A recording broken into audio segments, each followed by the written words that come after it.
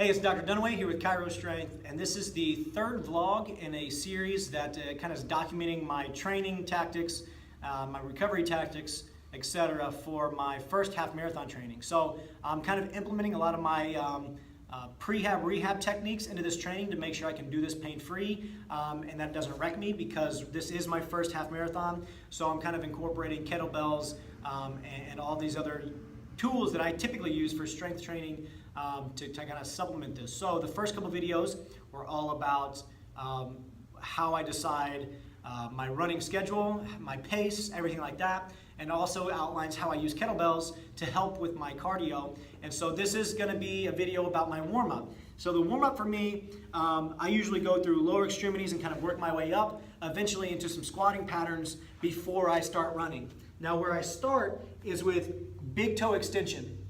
Now this is necessary for a host of different reasons, but essentially if you can't push off the big toe, you're going to be short-changing your stride and overloading the hip flexors, so you won't be able to push off with the glutes, and you'll be using those hip flexors to pull your way through. So making sure you have the ability to roll off that big toe in the gait pattern is very important. And so I'm going to just kind of loosen up the plantar fascia and the big toe here with a little bit of rocking. Once I feel like I can sit up, if I feel like I can sit up, I'm just going to rotate back and forth, again, to loosen up those toes.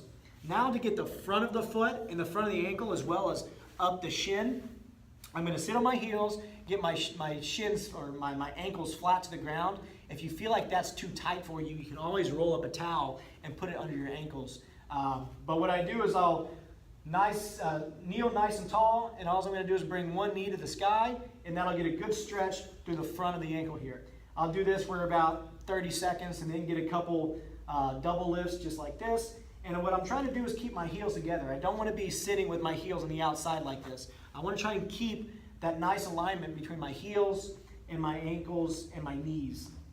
So I'm going to loosen up the front there. Then what I'm going to do is I'm going to go to the hamstrings, and I'm going to do an active stretch. Because I'm going to be running, I want to make sure I'm not doing passive stretching.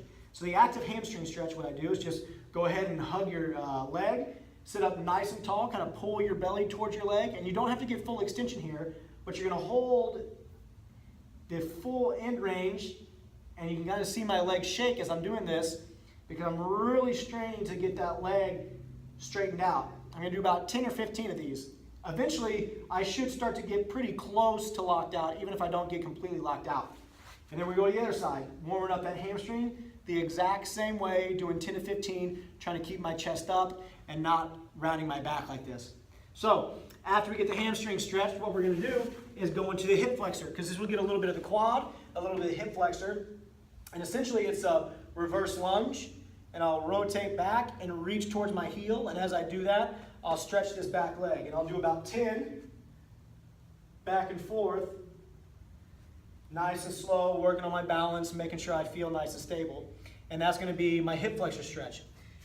So then I'm going to go into some squatting patterns. And I'm just going to do a normal body weight squat, trying to stay nice and engaged through my core. I might slump down on the first one and just work some ankle range of motion again, trying to keep the feet nice and supple.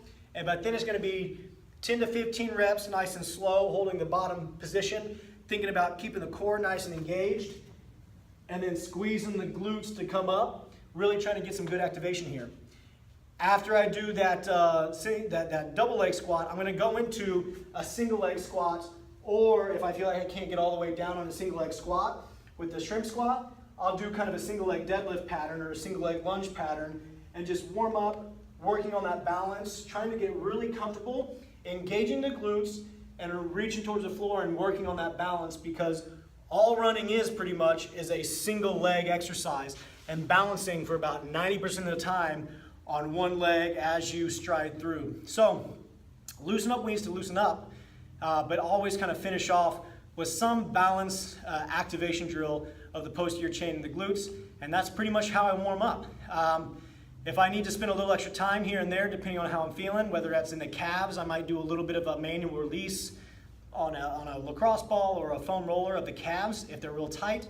And if I do any manual releases, I always do that prior to my stretching and my active stretching. So it'll go manual release, active stretching, activation, and then I go on my run. So this is specific for me, and what I found helps me Feel free to play around with it. It might not help for everybody. If you have any questions specifically to your routine, you can always shoot me an email at drdunaway@kairostrength.com. Feel free to comment below.